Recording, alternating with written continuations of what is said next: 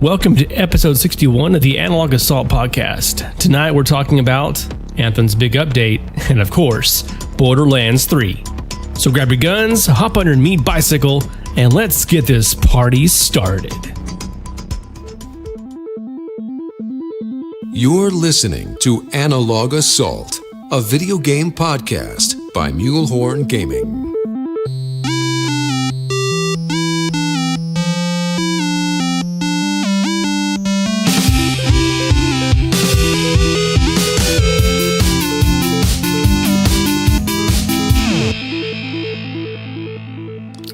So I know the answer to a lot of these questions, but I do have to ask, what are you guys playing? Oh, you know, a little bit of this, a little bit of that. Maybe got something that I was a little bit skeptic on last week. Did you get some Division 2? I may have gotten some Division 2. Realized I had a Amazon gift card, and I was like, hey. The best game is a free game. Exactly. So I got a little bit into that. I think I'm only like level 3 or 4, so I haven't had too much time playing too much other stuff this week. Yeah, you do play a few games, Scarecrow. I do. I think I'm up to almost 10 now. We'll see. I'm gonna start calling your collection that you play the deck of cards, because there's just so many. Just which one are we playing today? Exactly. Pick a card, any card. Yeah, and then also got Battlefield 5. Played Firestorm. Yeah. I hear good things, man. Yeah, got my first V for victory. It's not a victory royale or any chicken dinner or whatever they call it. V for victory. I guess since it's Battlefield. Can you post a clip 5. of that win? Yeah. Nice. It was me, Lupo, our friend Dark Life, and Rayman. Nice. And that whole match, we were in the circle. Like, we landed at this farm and right on the edge of the storm, the firestorm. And we just kept getting these supply drop things. And Luke was like, something's wrong. Something's up here. We're just going to get screwed. And ended up, like, we were in almost the final circle. We only had to move one time. And we were, like, armed to the teeth just because we kept getting these supply drops and no one else was on us. Ended up being us and 2 other guys once we actually found some enemies. And the whole team gets downed. I'm hiding behind a building. I just throw a grenade where he's over at and somehow hit him. And we got our victory. There you go. Nice. Isn't it true that it's very destructible? The environments are? Oh, it's ridiculous. We found there's control points that'll spawn once in a while. Yeah. We went to one and we had an armored truck and a turret that we were pulling back on behind it. So all of us were on guns and stuff. We pull up, tied this building. We're like, okay, we're going to control this point. We get out, a couple of us get out. We're like, oh shoot, there's guys in the building right next to us. So we go in there, we're trying to take them out. I get knocked and the other guys clear them out.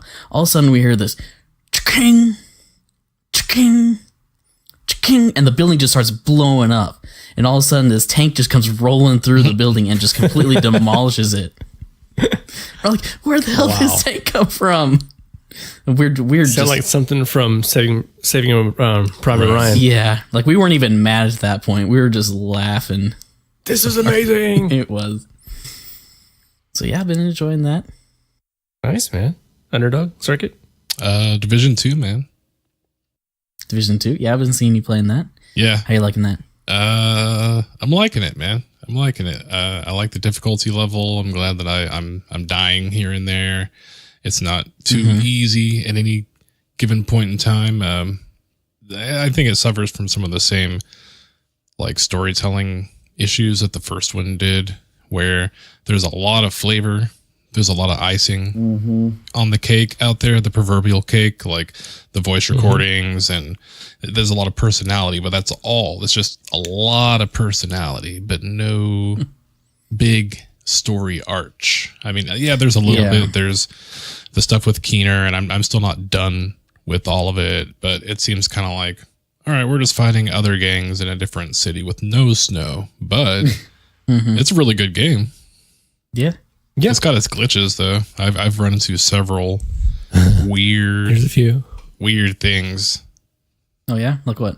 like indescribable things, like weird little walls that mess up the lighting when your camera passes by it, in little corners, or like rooms that you can get to where there's nothing in them, or the graphics screw up when you walk inside the room. Like, oh, someone forgot to do room number 1314.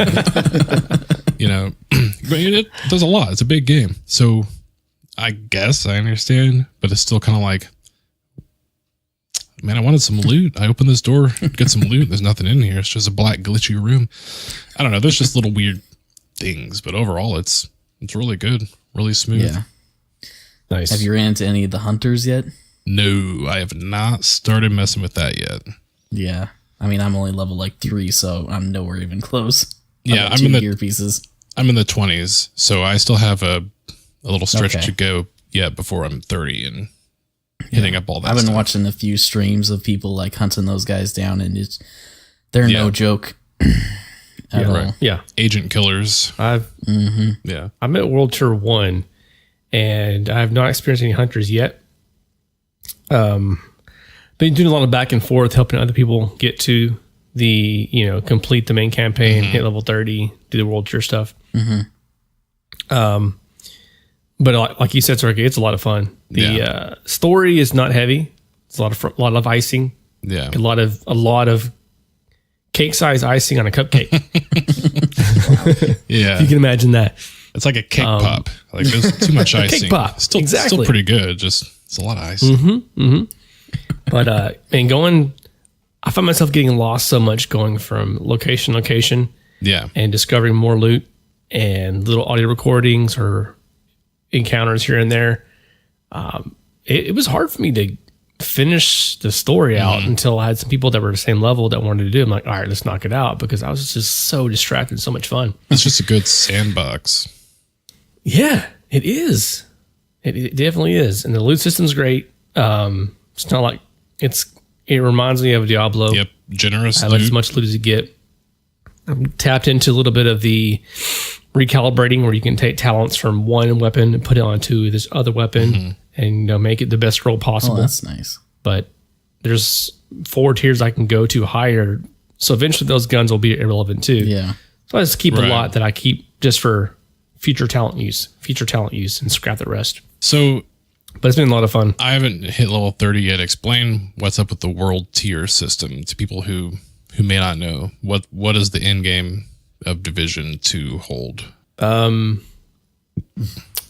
really describe that yet, because I've got the first world tier. Basically, there is a shift of enemy power, and When you reach a certain point in the story, or when you hit level 30? Once you level 30 and beat the final stronghold, there basically is an invasion. And to advance to the next world tier, you have to take out new strongholds and new missions. And then you get the next world tier, new strongholds and new missions pop up again. So the story shifts. So this is every actual time. sort of story progression tied into difficulty. Well, okay, And that's cool. game is what it sounds like. Yeah. Right. Actual end game? Bounties increase. What's that? I mean, I've not jumped on that bandwagon yet. I've not gotten a chance to, get Division 2. You boys with Game Share, you can fix that problem. Crow is driving a hard bargain over there. We're still working on the contract details and things like that. But yeah, I've not gotten into that yet. I've been still playing Destiny and things like that. But from what it sounds like, Division 2 is really got the end game kind of right from what you just said. It sounds like the loot system's really good, and a few glitches. I will add real quick, I have yet to step in the dark zone. Yeah. And so far don't see a need to, which is It's a good thing. more than I can say for Division 1. That's why I stopped playing. Yeah. It's cool is the story missions to unlock the dark zones don't involve any PvP at all. Like you go out there and it's story missions that kind of take place in the DZ to unlock them and explore and look around, and they show you like, here's how you extract some loot. Like there's a whole tutorial thing, but there's so far hasn't been any pressure for me to get in there and That's good. get teabagged by some DB. Yeah. They're there. Oh, So yeah. Destiny for you, Underdog? Destiny, Anthem, not as much BDO this week, but also jumping into Battlefield 5. I love the Battlefield series, and I'm a big history buff, so World War II to me is like awesome. Right. So just to see the guns, feel the guns fire, and see the tanks, see the old tanks, see the tractors that they used that they had to mount up on. That's a legitimate thing. They actually had a tractor like that. Have you driven the red farming tractor yet? Not yet. I refuse to drive it till it's green. Dadgummit. I want a green tractor. That exact round that we won when we landed, I landed right next to a barn and got in it. I'm like, I'm just going to go drive around. And I scared the shit out of Lupo. He's like, Scarecrow, damn it. But I want to play. I want to play actually Battlefield 5 once we're done here, because I want to take that tank that Crow was saying. I want to drive it through a house. I want to scare the piss out of somebody. So this is this a battle royale mode? Yes. Yeah. You're saying Firestorm? Yes. Mm-hmm. Yeah. So is it good? I mean, are we benefiting from all these games getting BR modes added to them? Yes and no. Like, does it add to the game? It adds to, like, the Battlefield series has always been this big destructive multiplayer setting. Mm-hmm. So to take that aspect of a game and put it in a battle royale setting, that's something that's new and fresh enough to have another BR game. Now, if a game that was taking like an Apex theme and try to duplicate it, no, that's not good. That's only going to hurt what the BR scene is. And thank goodness there was people that were thinking that Borderlands 3, what we're about to talk about, was going to be BR. No way. That would have never survived. It never would have worked. But I mean, Borderlands would suit itself much more to horde type activities. Yeah. I mean, it's co-op, so that naturally seems where to go. Yeah. But I mean, I don't think I've been hearing much about Battlefield 5 until this. So maybe that's a good thing. Maybe, I mean, people are getting back into it, getting some more interest, and it sounds like it's unique enough in the way that Battlefield tackles the BR mode that they're not just carbon copying somebody else.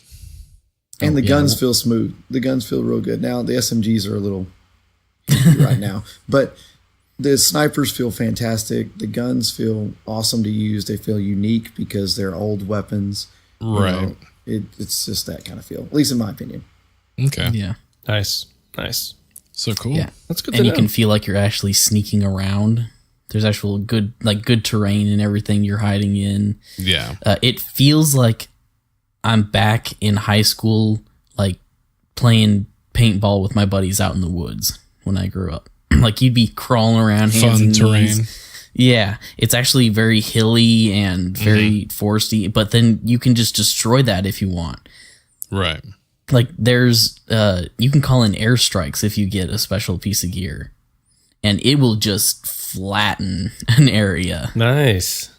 So the terrain will actually alter as well. Not necessarily like the ground itself, but everything buildings, on it. Yeah. trees, things like that. Things that are up off the ground. Definitely anything that's up off the ground can be destroyed.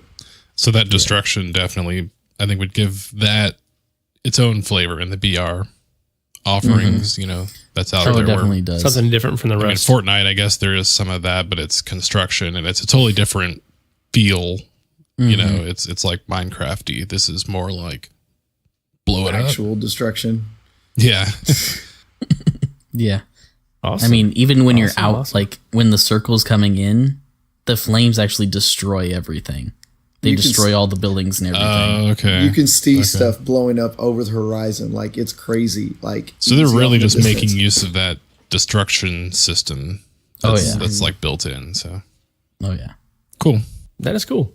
Well, jumping right into what we're talking about. I know, Crow, you've been playing Anthem still. You both, you've been Underdog have. I haven't touched it much, but I'm seeing posts and pictures of good things and loot. Yeah. A lot of loot. So how about you jump us into that, Scarecrow? Let us know what is good about Anthem still. Yeah, so this on Tuesday, they released another big patch, which they had talked about on their live stream the previous week.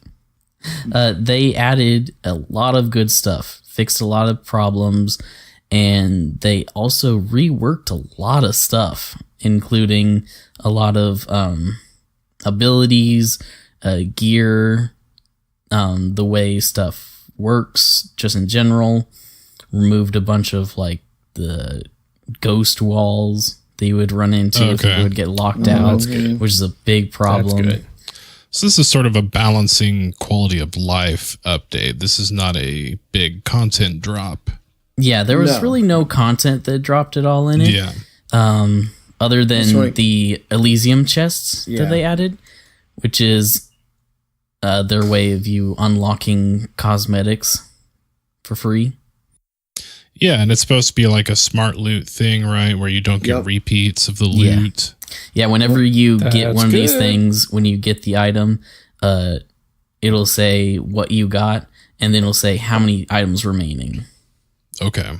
So it's literally like a checklist of cosmetics for.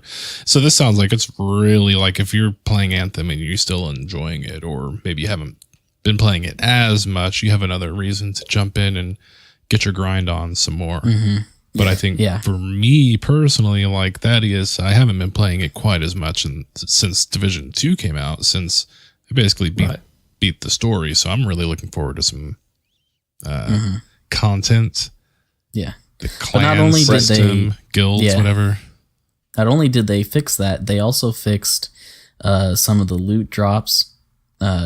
Definitely getting legendaries more consistently. I've probably gotten... That is good. Well, you've played like maybe 2 hours. Okay, but yeah, I still haven't got a legendary since the update. I understand. Like, I'm glad it's fixed. I'm glad it's better, and everyone around me is getting it. I just haven't got it yet, so I'm just a little salty. Might also need to check your luck. I know. Well, you never know. Sometimes they quote unquote fix stuff, and something else breaks. You know. Well, it did on the day the patch released. There was a big bug that was really annoying. Okay. Whenever an ally would walk over loot that was on your screen, it would automatically pick it up. So us in endgame, we're not picking up blues and purples. Right. If they walked near them and walked over them, it would pick it up for you. So they're just filling up your shit for you. So, the only really big problem it is just like it takes a little bit longer to get through the final mission screen, and if you're in free play trying to farm a bunch, then you'll have to go back more often. But they fixed that, and then on GM 2 and 3, you're supposed to get an additional guaranteed at least masterwork. So you would get your first masterwork, guaranteed masterwork, and then a guaranteed second one, or legendary it can be sometimes. That one was glitched to where it was giving blues. But they fixed that. They fixed that. Not good. No.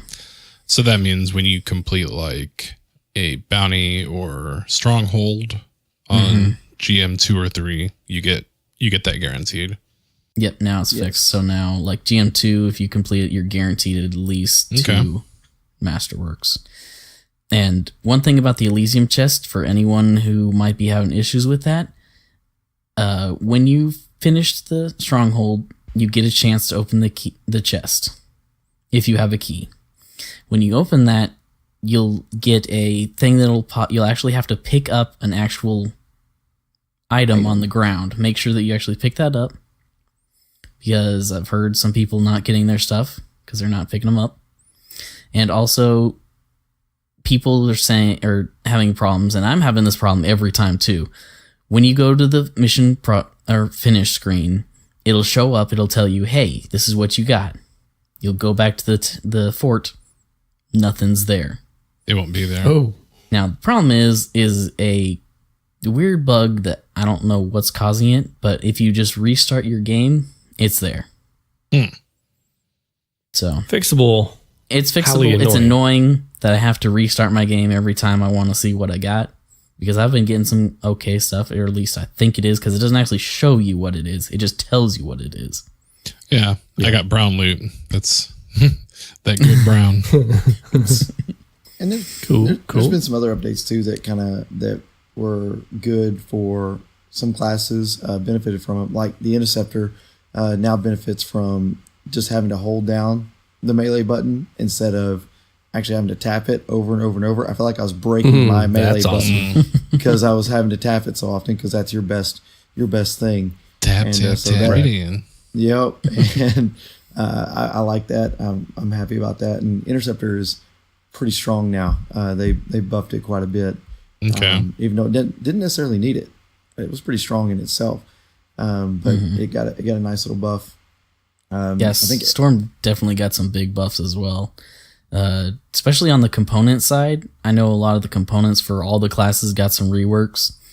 Like there was a really horrible one for the Storm that when you got a precision kill with a sniper, you did extra lightning damage. Like you have to do way too much just to get that little buff, and it wasn't even a good a percent. It was like a 40% damage buff. Wasn't anything big, but so like they changed it to where while hovering you just do a bonus damage, and then another one that's like super good for any Storm mains is the one that buffs your fire damage by 5%. They changed the perk. I don't remember exactly what it was before, but now it is every time you do a combo, the target will also explode in a lightning ball. Like it'll have a lightning explosion come from that, which can do additional damage to enemies near. Okay.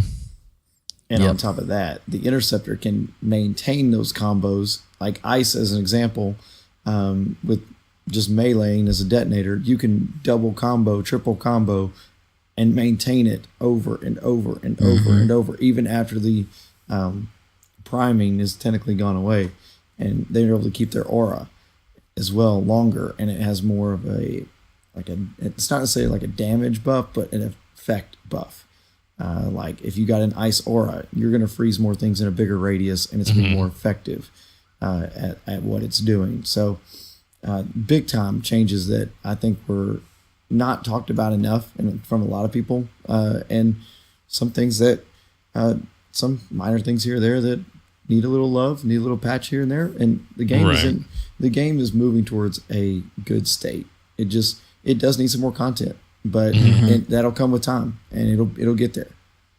But it feels good now. It's getting to that point where the combat in the higher tiers, the GM2, GM3, actually feels fun. That's good. You're still a little squishy, but that just might be because I'm a Storm main and they're a little squishier. But at least I feel like I can deal damage now.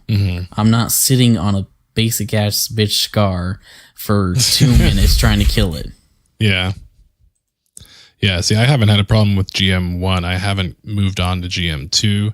GM1, as long as I've been playing it, has felt pretty good. I was like, oh, this is a little harder, but it feels pretty good. But I've been hearing people say when they jump up to 2 and 3 that it was just a massive difference. It is massive. When you first jump into the next tier, you're like, what the hell did I get myself into? You feel like you're fighting legendary All Skulls on or something. Yeah.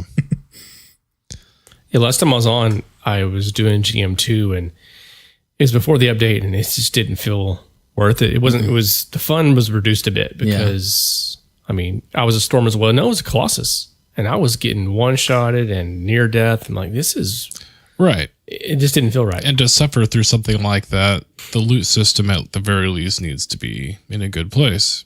Because if someone's going to go play something that's aggravating, they want to be rewarded. So So it sounds like they're kind of fixing the aggravating part, and they're fixing the loot part as well. Yep. We just need more to do. You know, it's kind of the same problem that we often see with we're in the age of the looter shooter right now, right? Division, Destiny, Anthem, I think all easily qualify in that category. And you get these periods of time where, okay, content lull, but it just came out. Yeah. So this is not the update that's going to save Anthem, quote unquote, save. Not saying that it needs to be saved, but bring it back into the limelight. Because I think where Division 2 is right now. The closest thing I can relate this to would be like Destiny 1, where the content droughts were so vast and so large. Now, granted, the game has just came out, and the loot system was a little bit different in Destiny 1. Sure. But it's not like Destiny as in far as combat, but as far as the setup. of how there was the story, there was strikes and things like that, and then what else? The raid. But the raid, once you did that, okay. Anthem, you've got your contracts, you've got strongholds. We've yet to see the Cataclysm. That's coming soon. They did add, though, the legendary missions. That's true, too. They just added that. Yeah, so letting the legendary missions, that lets people replay actual critical path, like main campaign story missions, right? Yep. Because before that, that's good replay once value. you did them, you couldn't do them again unless you were doing them with someone who hadn't done it yet. Yeah, just like in Destiny 2, where that came out and you beat the campaign, you're like, well, I want to see Gaul again. Well, you can't. Until those levels roll around in the whatever they were called, reflections, Ikora's. Those went away. Long gone. Yeah. Now these are only one mission per day. Like it'll always be that same mission for that day, but when reset for the day rolls around, it changes to a new one. It's like a daily mission. Yeah. It just and you can play it as many times as you want. Yeah. See, I don't understand that decision to do that. I mean, if you're going to have these missions in the game, what's the disadvantage of letting people have access to them all the time? You know, why have it be one daily mission? I don't like the concept of telling people how they have to play. You know, I think the biggest thing is the way that they've got it set up. All your selecting missions or whatever is on the map, and I think it would just get too clustered. Because there's a lot of them that start in similar areas. Right. So you'd have these really high concentrated areas, and then you'd have these big open areas with nothing. Oh, yeah. I mean, I wouldn't want all those icons on the map forever and ever, but if I had a list of story missions that I could scroll through and click one and start one, you know. And they have the ability to do that. They could do that. And they did say something about, like, this is something they were trying, like, to see kind of how people liked it. And there might be a list coming soon of legendary missions that we could pick. Maybe it's 3, maybe it's all of them. Right. And that's a good point. Know. That just like Destiny, just like Division, these looter shooter games, they're breaking new ground with every decision that they make. And so this could just be that, what he said, that it's kind of a test. And if people play it a lot or they like it, get good feedback, they might roll out more story missions. Yeah. Yeah. Because any kind of content will help, because I'm just not, I like Anthem, and if it plays better right now than it used to, then that's a plus to me. But what am I doing with the new feels? Yeah. Right. You know, how am I enjoying this over again? Am I just going to run more contracts again? Am I going to run the same strongholds? You know? Yeah. Yeah, I'm with it too. I'm out. These updates sound great. And if I wasn't already heavily vested in the game right now that's not Anthem, I would be all over it. But I'm vested in a new game that has more areas that I've yet to explore. And that's usually how I roll, instead of going back to a game that I've already done in a sense to replay or grind or whatnot.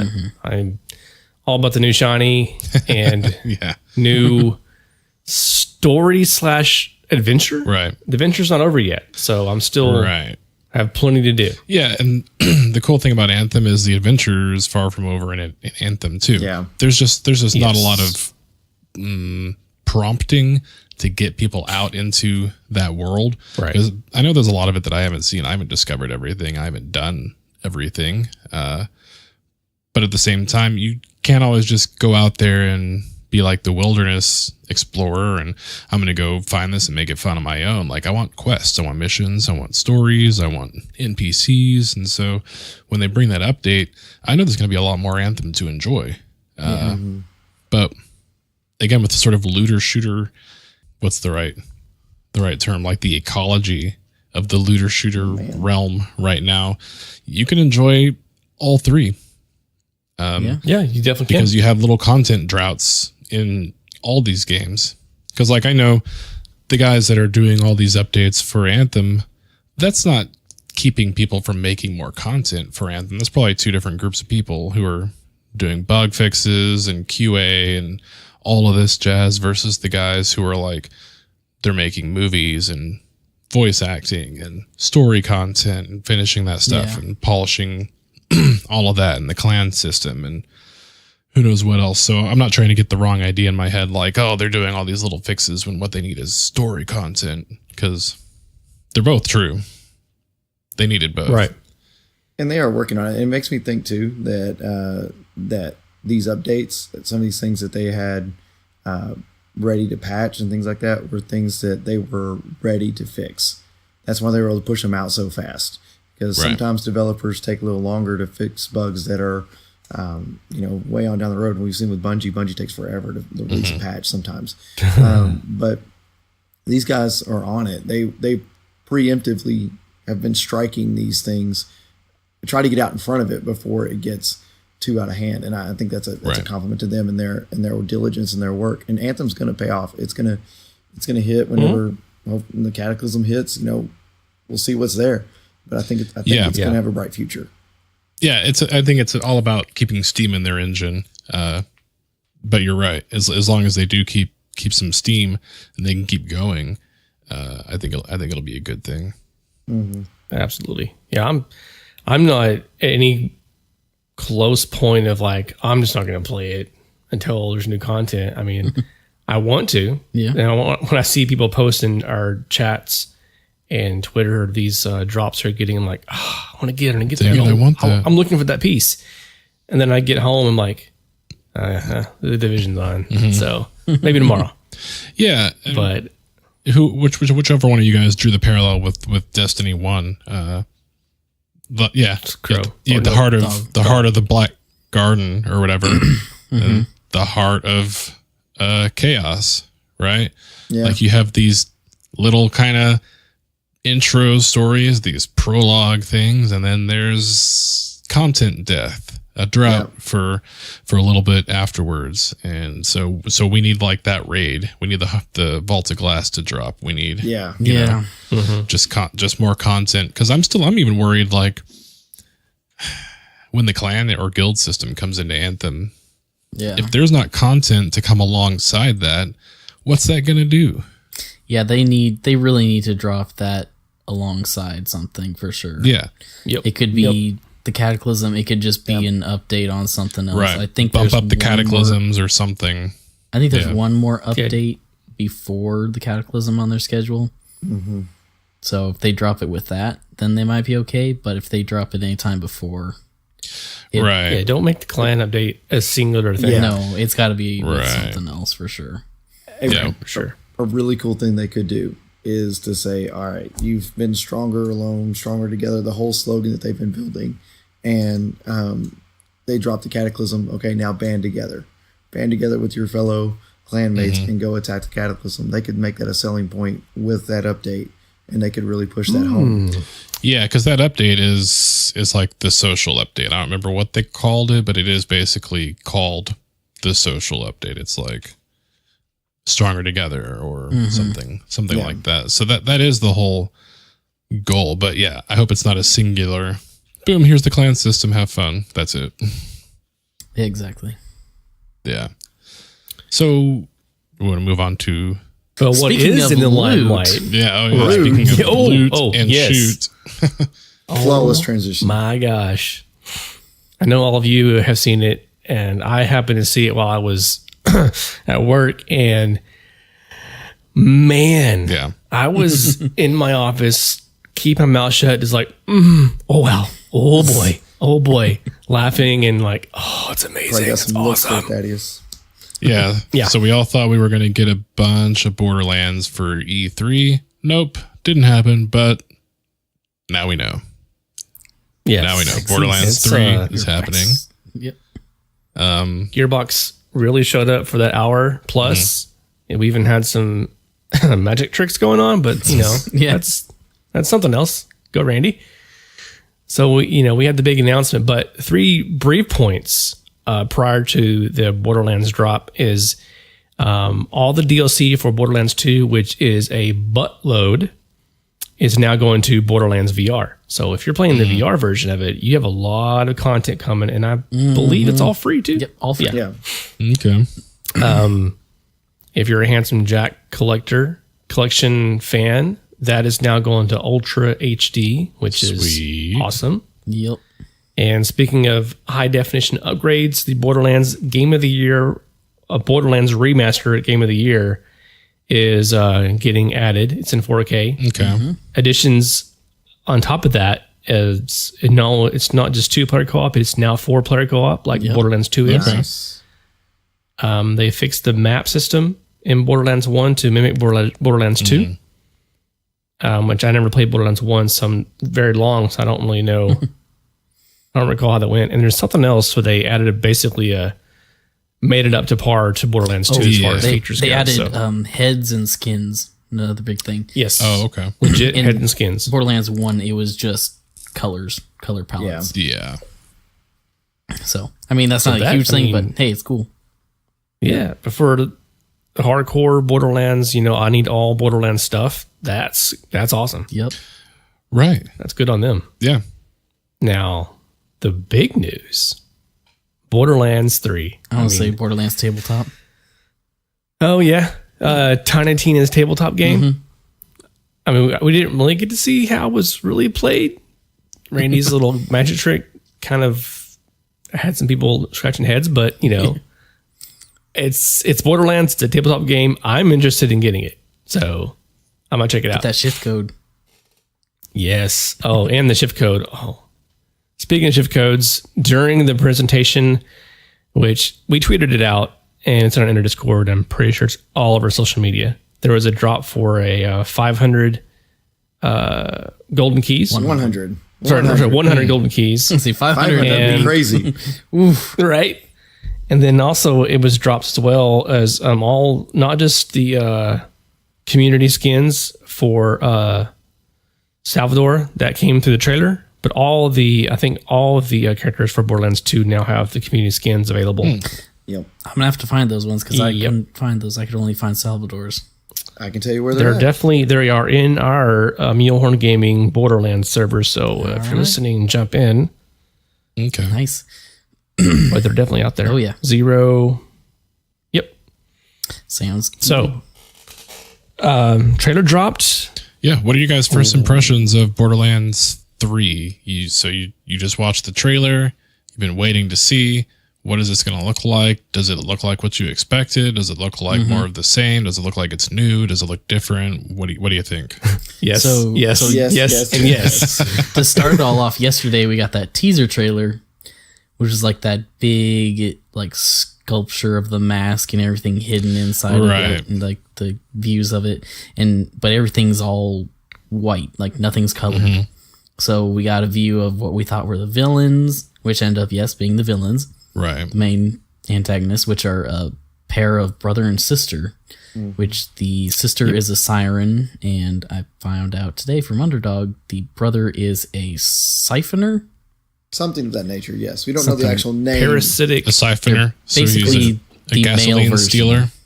Yeah. Basically, the male version of the siren. But he can only get Interesting. his powers, if I'm right on this, he can only get his powers from sirens, He Interesting. steals them, yeah. I think. Okay. I will add to that. There is something that I noticed and was later pointed out in the trailer when Lilith was crawling on the ground, like weak looking.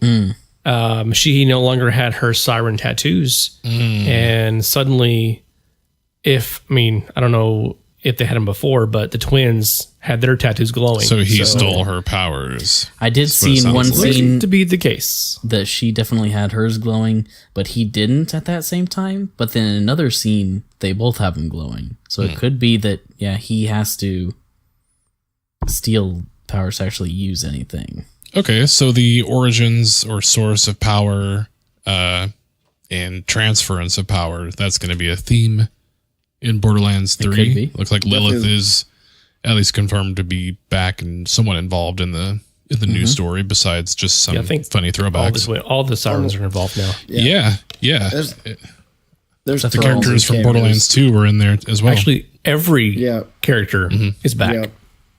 Except for Roland. And by the way, the names of those twins are Tyrene and Troy, the Calypso twins. Calypso Twins. Sounds like a band.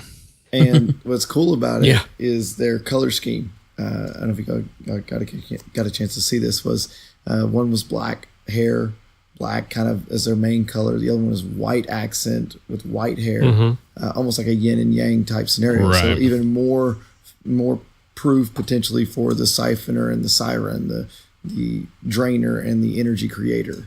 Right. They're definitely a unit. They work together. Yep. Yeah. So that's interesting. And we don't know what their story really is, like what's motivating them. Nothing Well, yet. Someone said the kids of Handsome Jack, but I don't know anything beyond a rumor. That seems like a really easy, convenient rumor. It's like all those rumors of Star Wars, like, oh, so and so is Rey's parents. You know, like, yeah.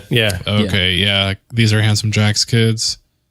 I could I see mean, where they get that though. I can see that happening. because there's a sign that's in the trailer that says "Children of the Vault," and that has their name underneath it. It says like, "Come get brainwashed. Come give your flesh, and we'll give you a gun," kind of thing. That's kind of what they say. So if that's the case, Leave your flesh, get a gun. There you go. Thank you. But it's not out of the realm of possibility because in Borderlands 2, Angel was actually Handsome Jack's daughter, and she's Right. a siren. Right. That's true. It's not out of the realm of possibility. You're That saying there's a chance. That's three true. siblings. Or first cousin twice removed. Who knows? Yeah, so they could be related to Jack. They could be rival Completely vault separate. hunters that are trying to Yep. get to something before us. You never know. It could be a real simple storyline, or it could be something really weird. And you know what's Yeah. great about that is Gearbox in Borderlands could sell the simple story and it still be fantastic because Borderlands has been fantastic from the beginning. I mean, it's still getting played a lot today. I still see people play Borderlands 2 on when I get on Xbox. I'll see people, so and so's playing Borderlands 2, and I'm like, damn, I kind of We're want to doing play a too. playthrough right now with Lupo on his streams. Yeah. Yep. Well, they don't need an overly complicated story because what's complicated in Borderlands is the characters. The characters have just extremely, pretty well defined personalities and Oh yeah. dialogue, and you expect like bigger than real life characterizations, like almost caricatures of actual people in Borderlands. And so they really sell it. Of what to expect. Something that I was so glad to hear, and I know a small percentage of the Borderland community was a little upset about it. Paul Tassi was, he said, yeah, I know you guys heard rumors about, we possibly making a battle royale game. We're not making that. And everyone in the cloud was like, yeah. And on social media recently, Paul Tassi and a few others, one person on IGN's like, what we want or what we predict for Borderlands is this, and this, and a battle royale mode. And every single person's getting like immense feedback. Like, do you even play Borderlands? Yeah. Do you not know what makes this series amazing? It's not anything that's related to a battle royale. They were just assuming what was working in the market at the time, and they were trying to make every assumption, try to be the first one to publish it, put it out there in news, and say, "Oh, I was right," kind of thing. Like we read an article earlier from Polygon, I think it was, that I feel like the people that are critiquing already have not seen what Borderlands can be. Sure. And it's not. It's more about the story, the characters, the interactions with Claptrap, and how like there's some funny stuff, man, and there's some weird stuff that go down, and it's one of those things where you can be playing the game and you'll start busting out laughing, and you're not even you may not be in a mission, you may just be hanging out in the social It's just hub. funny. Yeah. And it's great. Did you hear the Claptrap rap? Yes. Leading up to the, I found it on YouTube and I played it a couple times today in the office. Yeah, good stuff. Good stuff. Yeah, people are going to look for any reason to attach some negativity to it, but I mean, like Borderlands is art. Okay, they took the cell shading sort of thing that was popular sort of a couple generations ago, and they still, I think they own it, and it really shows that they're still clinging to that, and it doesn't look vastly different. They didn't like reinvent the wheel of their their art style. So in one hand, you can go back to Borderlands or Borderlands 2 and the games hold up because it's just that style that, yeah, you might notice a little bit, okay, these graphics aren't as good, but overall, it's kind of just the art style is what it is. For sure. And so this game doesn't look necessarily as graphically impressive in some regards as like even, you flip on Anthem or The Division or a number of the great one-player games, single-player games we've got right now. But they don't have the art style of Borderlands. And there are still some good shots. They showed some good landscapes in that trailer. It's not like it's amateur hour or anything. It's just a very unique brand. Yeah. That's part of what sells it. Yeah. And what's fantastic about Borderlands 3 is that it's not just one world. It's the world. Multiple worlds. Yeah, see, that's something I've always wanted from Borderlands, dude. If you had more of an open, like, galaxy sort of thing where you can go from planet to planet, because and we kind of got that from, if you remembered, well, not the pre-sequel, but the very last cutscene in Borderlands 2. They find a map and locations of multiple vaults all over the galaxy. They're all over the place. Yeah. Yeah. Borderlands is such a big world. There's okay, you got to remember this. It's not Earth. All right? No. Yeah. All right, that's not Earth. You're in space. There's aliens. There's friggin' magic.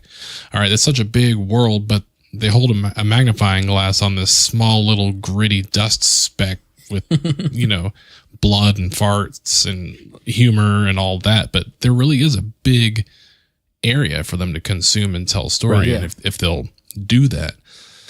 And well, just like, I guess Matt Groening looked at The Simpsons and said, how do I tell more? Oh, go to space. You can do anything in space. In Futurama, literally, you can tell any damn story. Well, go to space, bring in planets. You can go out there and do anything. And Borderlands, if they would really bring in that space and sci-fi, I think the sky's the limit.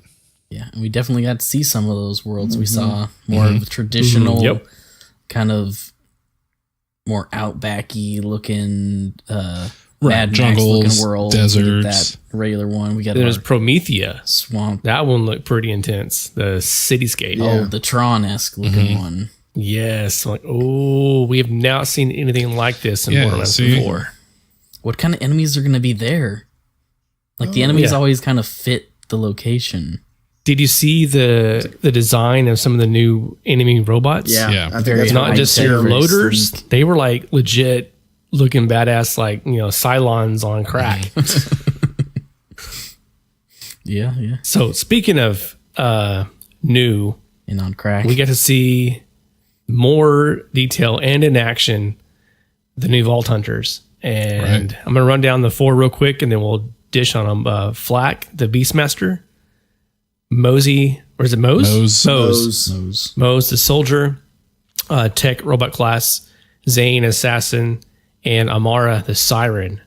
And they all looked amazing. I can't say I'm settled on one class right off the bat like I was at Borderlands. They're all kind of new spins on the classes they've sort of messed with before, like the siren, you still have one, but this siren, Amara, she's got like a 15 pack and she's buff and she's like a melee, is buff. like a melee based siren.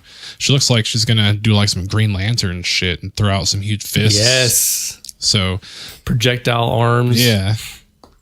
So she has a ground pound and self project, which I don't know what that is, like astral projection, or you can project to a certain place. Yeah. We did get one And the phase lock, classic phase lock too. one clip of her that she does like the whole like Zenyatta stance where she like spawn has multiple meditation. spiritual arms. Yeah. So maybe like she can like throw out those fists. I also noticed when she was doing the phase lock, one of those, I don't know, phased arms was actually projecting the phase lock bubble. She had both hands free on a gun. Okay. Oh, so she can hold on to a gun and shoot and still do her little casting thing. Okay. That I'm excited to see how that really works out. That leaves possibilities for button mapping too. I know, like it may not be just a one button thing. Now you can press one button and still have your hand on the triggers without having to just press. That's a possibility. Does this mean we're going to get? I mean, in my head, I'm thinking multiple phase lock abilities and run up and smash, double it like some kind of combo. Yeah, maybe. We don't know. It leaves it open. Yeah, there's a lot of definitely my places they character can right go there. with someone magical like that. But yeah, I hope they bring more skills. The skill trees they've always had, I think were nice, and they let you customize your character. But if they brought in maybe more abilities to choose from, so you can kind of customize your character a little bit more, maybe offer a different type of ultimate power, just a little more options. I did hear that the skill trees will be different. Yeah, they will be. It's one main skill tree with 3 smaller branches. Yes. Not like 3 separate full-on branches. Okay. That's going to be interesting to see how that plays out too. Yeah. One character I'm interested to see is Flak, the Beastmaster. Yes. The robot Whole different class that can basically control 3 different types of animals. Like looks like he controls a dog or like the regular hounds that we faced in Borderlands. Skag. From Borderlands 1. Skag. Like a crab-looking creature from I think it was from Borderlands 2. 2. And then This one had some kind of electrical Spider-Man. projectile bubble. yeah, and then the other one's a different one I've never seen before. Almost looks like a smaller ape or like a humanoid type It creature. looked like the Tasmanian freaking devil. Yeah. So I mean, And it had a gun. it's gonna be pretty interesting to see how that works. Like introducing almost a brand new class, taking away the idea of okay, well, it's not just space magic. It's using now almost like hunter aspects that make you unique, which is great, and that's something that they're tapping into. Yeah. So they kind of took very similar to what the class I'm playing right now in Borderlands, which is the Necromancer, but they turned it into this character who can have different pets and multiple pets. Well, not at the same time, but has a choice between different ones. And it's probably going to be like we were just talking about a moment ago. The skill trees. Yep. One of those pets is going to be probably designated to a different skill tree. One's defensive, one's offensive. Probably one is support or buff or something like that. Yeah, I bet you're right about that. We don't really have a gunzerker type class in this one. Well, the soldier kind of is with her main ability. She summons a mech that she can use. Okay. But one thing I noticed about Flak real quick is it's alluding to he's a robot because he due to his face. But I noticed on some shots his legs that are exposed on some of his pants are short or whatever he's wearing, his shins were exposed. Those looked human. So I'm wondering if he's like a cyborg or that's some kind of fancy beast controlling helmet or not a robot. Maybe. Yeah. Maybe. But yeah, Moe's soldier tech robot class, that looks awesome. Something especially the last scene where it shows her kind of summoning into her suit. Yeah. Like pixelated style. Yeah. That and to add the fact that you can co-op the turn on there. Yes, someone else can jump. That is so awesome. Yep. all about it. It's gonna be fun. It is. Yeah. That's gonna be the gunner class for sure. Yeah. Oh yeah. And one more class. Zane. Very similar. Yeah, go ahead. Underdog. I mean, I've played the assassin in Borderlands 2. I enjoyed it. It was fun. I'm having more fun with the I can't remember his name now. You're playing the Psycho. Psycho. I'm having a lot of fun with his melee abilities. Yeah, Krieg. He's Krieg. Awesome. But I'm wondering. I've heard he's good. I'm wondering how they're going to take a melee focused character, if he is melee focused. He may not be, because they already have the Siren being a melee. So, what's his spec? Because they're saying he's close to the assassin, the way that he can do self protection. Yeah, similar to Zero. Yeah. He can do his own decoy thing. But also notice he has a drone of some sort floating behind him. So that has to be some kind of utility drone that can either project the what do you call it? The clone. The projection. The clone. But it surely has some other abilities. I mean, And maybe that's... I'm really curious to see what that is. Maybe that's like in just drawing comparisons from other games. Apex, the dude that can clone himself and take off running. Maybe it's that kind of idea. That projection, that thing sitting behind him is the projecting system. Maybe. True. Something else we noticed, and I saw a video, I think Kazak's broke it down a little bit. We have new vehicles too. Oh, yeah. And they are customizable apparently. Because they have some that were buggy style, some that were truck style. And then each of those, through various parts of the trailer, had different kinds of wheels. Yep. Spiked wheels, slick wheels, traditional Borderlands 2 style, and then some of the hover pod wheels, kind of like you see in the Matrix 2, I believe, the tunnel running ships. They had those pods that shoot off electricity that basically keep you hovering. Oh, right. Yeah. Still see the traditional launchers, the mounted machine guns, and then some other type of weapons. So it looks like we get a lot of customization in the vehicles alone, which that is kind of cool. I want that one wheel. I want that one-wheeled vehicle. Oh, the one-wheel bike. With spikes on it. Just let me have spikes on wheel. that sucker, and I'm going to be running over people. That was in, I think we saw those in Wolfenstein as well. The Nazis had those. Yes, they did. Nice. Yeah. What else we seeing there? Oh, a whole slew of new baddies. Not just your regular reskinned, look a little better. We had a whole new level of baddies, like some very unique ones. My favorite looking one was a big, he's like a Hulk, but he had a tiny head on his real weird. So kind of like I don't know, it was weird. It looked like Earthworm Jim on roids. Yeah. I was like, this looks pretty cool. It was probably just maybe they've updated the Goliaths.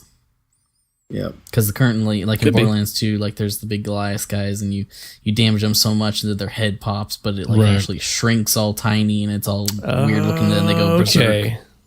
That could be it. Yep. So it could be an updated one of those guys. Like we already said, a bunch of new robots. Yep. I don't know. They only showed us the tip of the iceberg. Right. I was so excited to watch all that go down. I cannot wait to see the humor and how it plays with the NPCs and the stories and commentaries of, it's going to be glorious. Oh, yeah. I mean, we see a couple characters returning. One I didn't see, however, was Catch a Ride. Yeah. I mean, his sister's there. Scooter. I see Ellie. Ellie's there. Scooter is in the teaser trailer. He's in there, though. Was he? Okay. Yeah. Okay. So he's there. Okay. But one thing we did see at the very end is them showing a glimpse of the sheer amount of guns. Over 1 billion. 1 billion. Do we know the number guns. of guns that are in Borderlands 2 now? I asked that DLCs? question earlier today, and I'm going to try to find out and try to figure out how many guns. I don't think it's in the millions. Maybe a million. There's so many guns. There's even guns with legs. Yes, guns with legs. That is probably going to be a trending hashtag soon. Guns with legs. Guns with legs. Yeah. I mean, I wonder if that's an enemy thing, something we can summon. Ooh, it could be. Zane the Assassin is the tech guy. He might have Perhaps that's one of his abilities. And also, too, there's guns that were in Borderlands 2 that you threw after you reload. The TDR. And it could explode. Maybe it's a gun like that where you throw it out. Oh, that would be awesome if you threw it and it walked and then blew up. Shot a few extra guns. Oh, nice. That would be too cool. Yeah. That would be too cool. Yeah, but then you're going to get some of those trolley guns that come back and destroy you. For sure. We're going to have a legged one that just comes back and just turns around. Just starts walking, turns right around, shoots you. Yeah. So the developer trailer, what they actually say is over 1 billion guns. Yep. Mm-hmm. Yeah. Oof. Yep. Which, I mean, really that's math, and there's RNG, there's a generator stuff going on. But that is one thing in Borderlands. You're never going to run out of seeing new, weird, crazy mixtures of types of weapons. Yeah. And Randy already mentioned that there'll be shift codes will be in the new game as well, I believe. So, okay.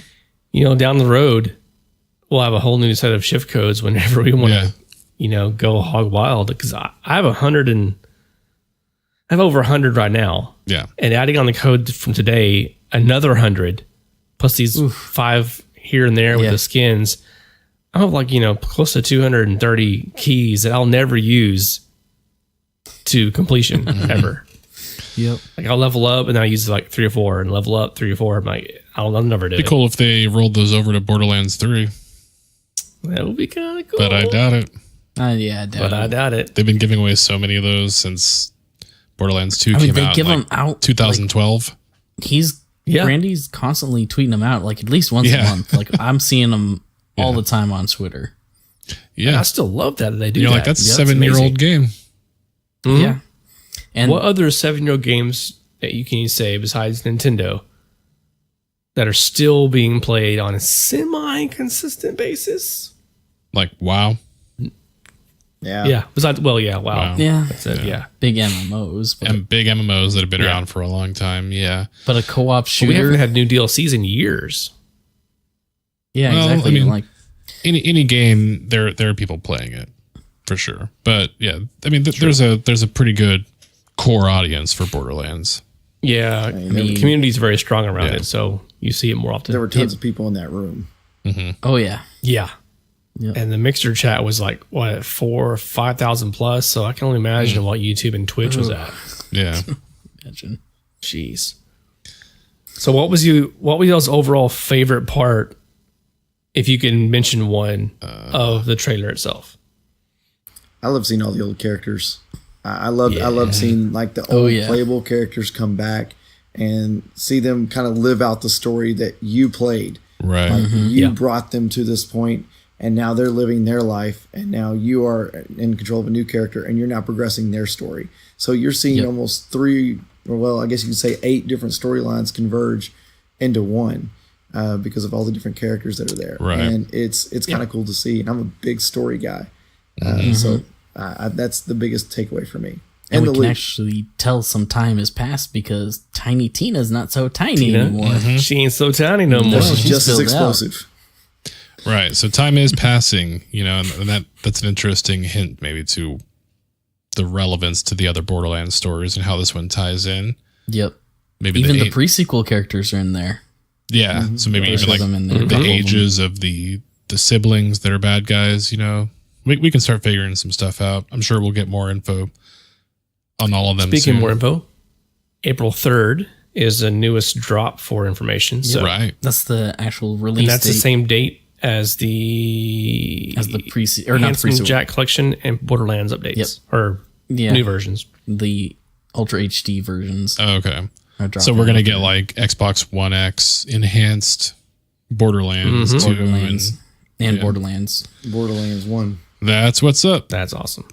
Yep. That's what's up. I was pretty excited to see all of the cool sceneries and landscapes because it's not necessarily the first thing you think of when you think of Borderlands is, oh yeah, such beautiful scenery. I just, but normally a dust bowl. That's some nice dust there. Yeah, it's a big desert or a big tundra or, but they do, like I said before, it's art.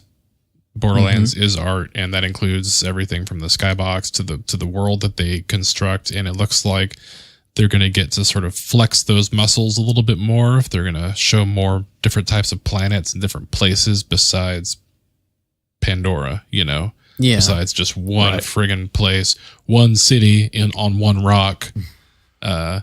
So yeah, I'm excited for that and how, even just changing the location can totally change the flavor of a situation, can change the way a story goes down. I mean, look at Star Trek or Star Wars.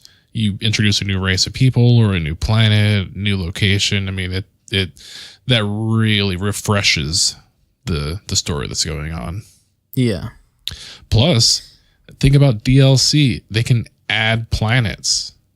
Oh yeah, for sure. Right? Yeah. That's kind of one of the biggest things for me is just the fact that they can add to this and they're bringing stuff they're not just starting anew. They're continuing the story. Yeah, we even see there's even, I think, Tales from the Borderlands characters in here. Was it really? Yeah. Really? I don't remember seeing them in the trailer, but they are in the teaser. Okay. There's a couple Okay. characters from the Never teaser. played that, so that's awesome. Yeah. So, I mean, I That- own them all. I might that have was to go good. play through them. I mean, that was like right before Telltale Games closed. I was playing through that, and I was like, man, this is so good. They did a good job on that. I mean, the Borderlands flavor really comes through.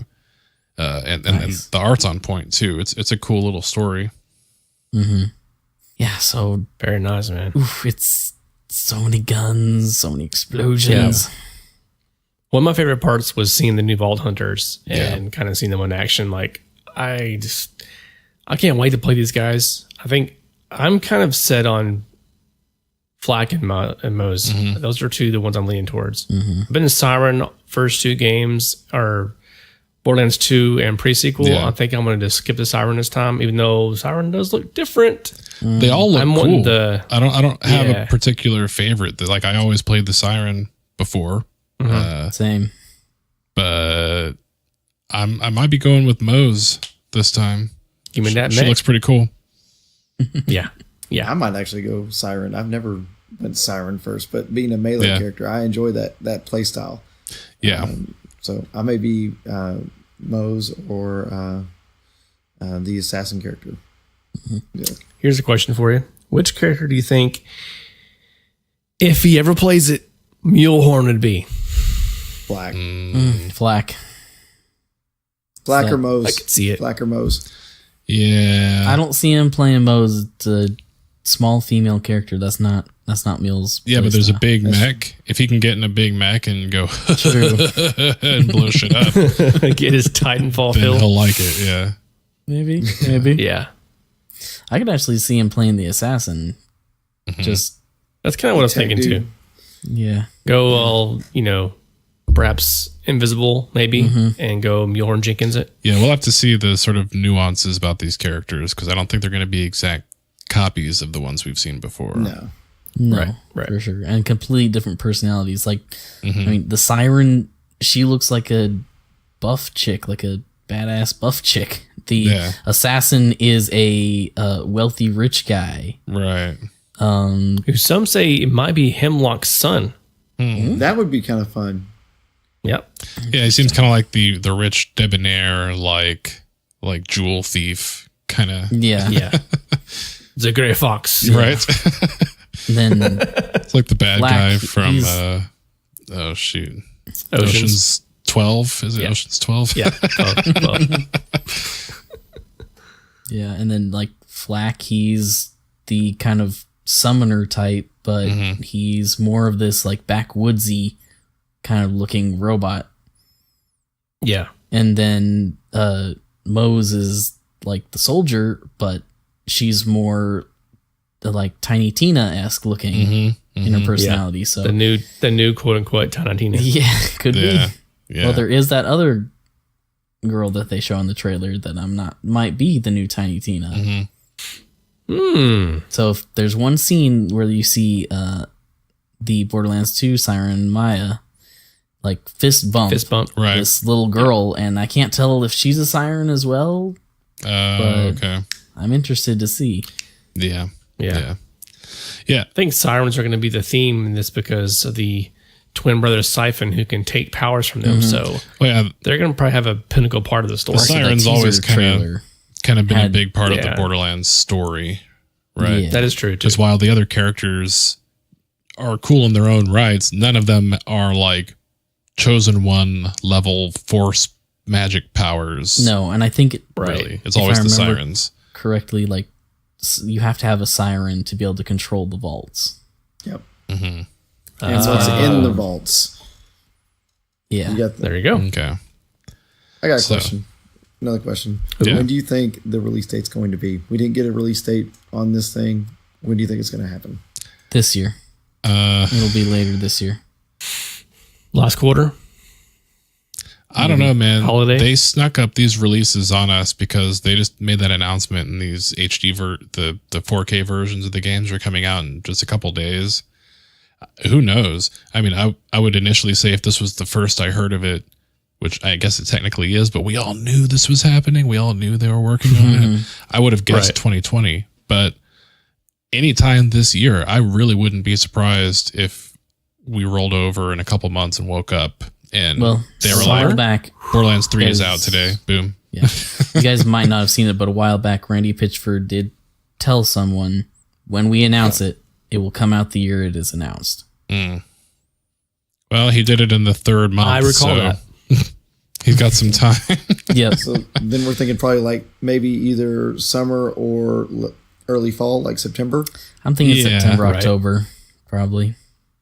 So give us plenty of time to play what we're playing, so that I won't feel like I'm abandoning anything I like to play it. Yeah, I mean, they waited for all the looter shooters to come out and do their big releases, and so we'll have to see how they kind of fit into the big sandbox of the game industry right now. How does Borderlands fit back in? Because, it's an interesting situation. The last time Borderlands was rolling around, we didn't have The Division. We didn't have Anthem. We didn't have Destiny. That's true. Borderlands was on top. It was the looter shooter. I want to say even the Handsome Jack collection came out before all those got real big. Yeah, or I was playing Destiny 1. I guess Destiny 1 was remember. out because Destiny 1 came out not long after the Xbox One launched. Right. But yeah, I mean, Borderlands totally paved the way for, I think, some of what these looters are now, especially games like Destiny. That's true.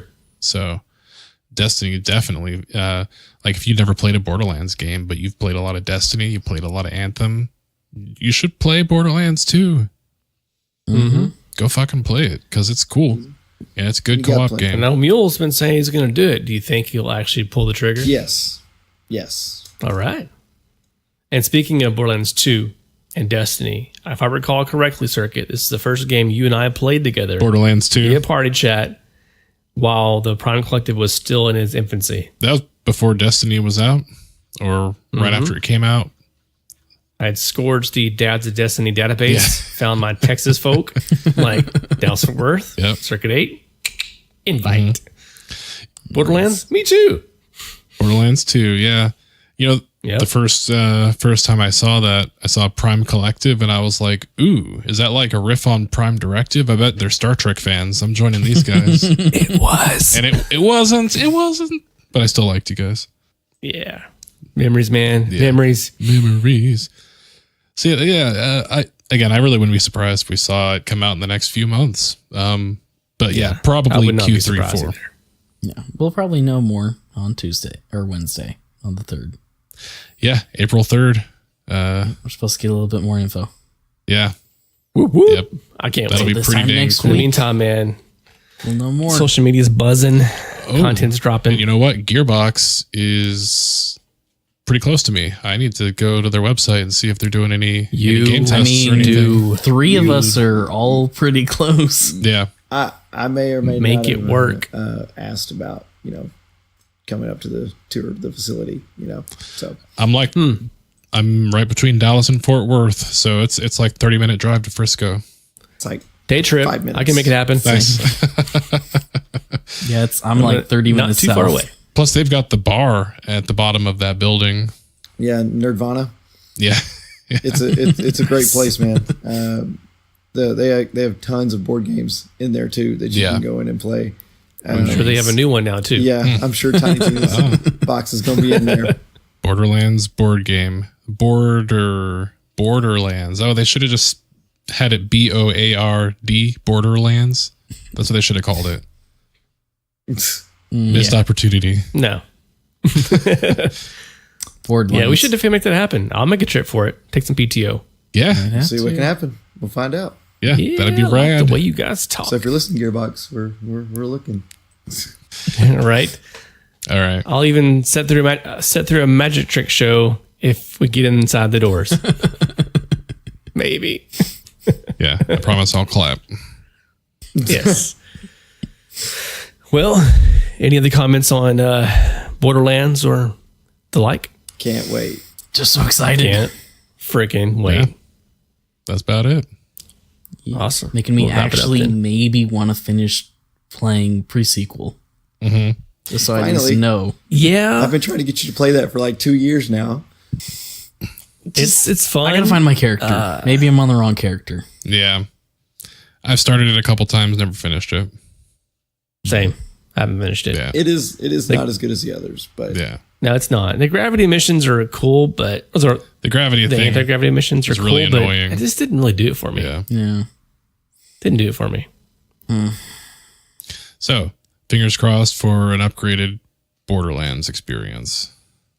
Yep. More like Yes. Borderlands 2, less like the pre-sequel. I mean, they've been working on it for 7 years. no oxygen. It's going to be a lot of new stuff. Get rid of the oxygen. Yeah. Yes. Well, I mean, has Gearbox really been working on this for 7? I mean, Gearbox does a couple other things. I mean, they did Battleborn, so. Right. Right. We Which had that. pretty much completely fell. And not to, as a slight against them or anything, just No, I was it not a came out personal right when- fan of it at all. It came out the basically same time as Overwatch. Yes. Overwatch Blizzard. So I remember when it was like Battleborn and Overwatch, and they were like these two, yin and yang competitive games. They just came out at the same time, and it wasn't a competition at all. I'm sorry. It There was no wasn't. competition. it wasn't. And I don't know what it was. If it was just the timing that It was Blizzard. Blizzard just It was probably just Blizzard. owned them at that exchange. Just bad timing for Battleborn, but I mean, I'm glad that they're moving back to Borderlands. Yeah. I will add also, for part of the presentation, one thing that did catch my eye was a game called Risk of Rain 2. It's a co-op rogue light action game. It looked pretty awesome. And I think that's in early access on Steam right now. It is. correct. And if you purchase it, I believe, you get a free copy to give to a friend for a limited time. Yep. So check out that video. Mulehorn Gaming posted the video, I believe. If not, it's easy to find. It's Risk of Rain 2 by Hoopa Games in association with 2K or Gearbox. It looks pretty decent. It's pretty awesome. So I think it's the last bit of information regarding that presentation I can think of. yeah. Yeah, we pretty much wrung out all the juice we could. I think they've got a bunch of videos on YouTube of here's 150 things you missed from the trailer, where Right. they go through those thousands of screenshots of all the guns, and they're going to point out, oh, this little glowy thing is this from this obscure line. Yeah, so there's going to be some good tidbits out there to hold you over until. Oh yeah, Eric's has a good one. Yeah. Cactus has a good one. That was the only two that I watched so far. Yeah. So awesome. Well, I'll go ahead and wrap it up. The closing comments. Yes, sir. If you like what you heard in this content, then consider being a supporter. Head over to patreon.com/Mulehorn Gaming to get all the details. And a mega shout out to our gold level supporter, the Rayman, and platinum supporter, Anger. Thanks for hanging. Thanks for playing. If you want to get to know more awesome streamers, I don't know. I don't know where it came from. No, Thank you for fun playing. edits that'll come. If you want to get to know more awesome streamers, even though we're not live today, like us, then visit theshedteam.com and find out more about the stream team we are a part of. If you would like us on Facebook, leave us a review on iTunes, and you can follow all of us on Twitter.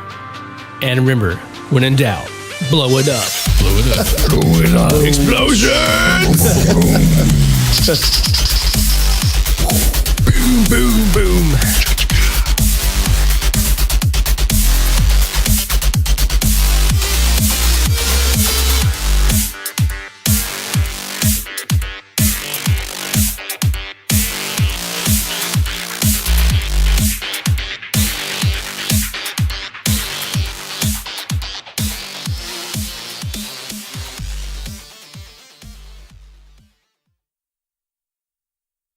Thanks for hanging. Thanks for playing.